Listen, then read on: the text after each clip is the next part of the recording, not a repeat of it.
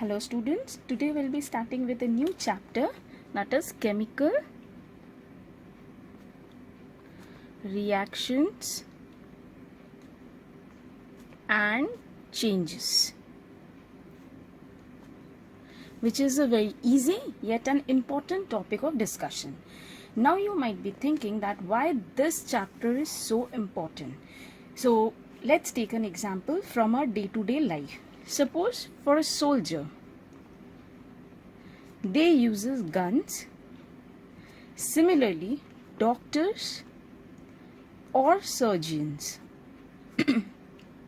they uses scissors, knives, forceps, etc. So you can see that in these two examples, whether it's a soldier or a doctor, for them their equipments, that is their gun, scissors, knives, etc. are very important in order to play their crucial role or in order to perform their role in a very crucial manner. Similarly, there are few keywords and concepts which are directly associated with this chapter that will help us to understand the chemistry around us as well as the further chapters with also. Now, before starting with the main core concept, we'll have a quick glimpse of few topics that which we'll be covering today. We'll be covering this chapter in 3 to 4 phases. But the topics today which we'll be covering are: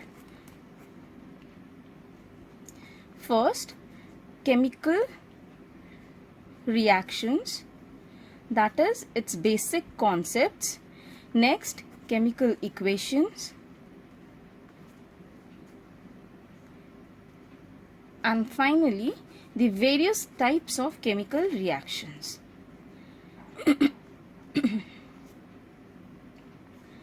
So, before starting with the chapter, we'll have a quick glimpse about few concepts that are directly associated with this chapter and you have already studied in your previous classes.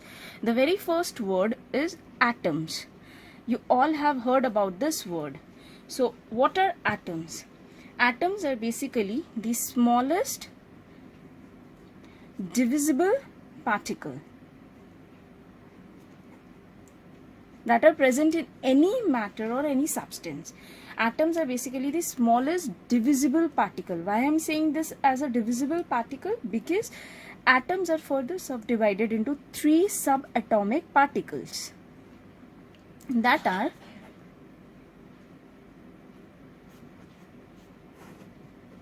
protons, electrons and neutrons. What are protons? Protons are positively charged particles.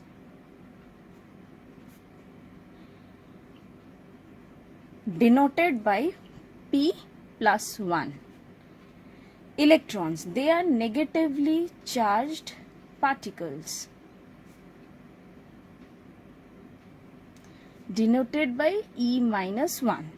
Neutrons are without any charge.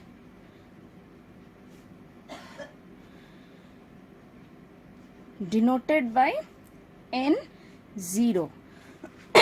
So, what you can say, atoms are the smallest divisible particle with which any matter or any substance in the universe is made up of. This is basically this fundamental unit of matter or substance. Now, moving forward. Now, on the basis of composition, properties and uses, substances can be further classified into 2 groups. One is elements. Next is compounds. Now we'll look what is an element and what is a compound. Elements are those substances which are made of only one type of atom. That means the entire element will be having identical atoms of one type. For example, if we'll see this nails, these are nails or the iron nails. These nails are made up of solely iron. Fe is iron, where iron is an atom. Similarly, if we'll, in our day-to-day life, we use this aluminium foil.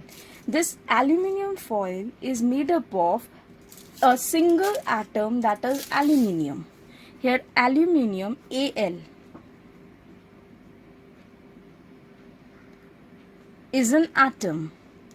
So what you can see here is that elements are those substances which are made up of a single type of atom, and each of the atoms of a particular element will be identical to each other. That means, if we'll go again in the previous thing, that nails are made up of iron, similarly aluminium sheet has aluminium as an atom, and all the aluminium atoms are identical to each other. On the other hand, compounds are those substances which are made of different types of atoms. Now, just write down 2 to 3 things. Remember one thing: atoms of iron will not be equal to atoms of aluminium. That is, atoms present in a single element,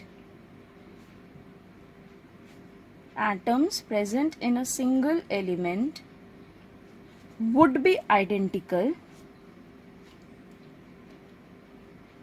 but will not be identical to the atoms of another element. Till now, is it clear?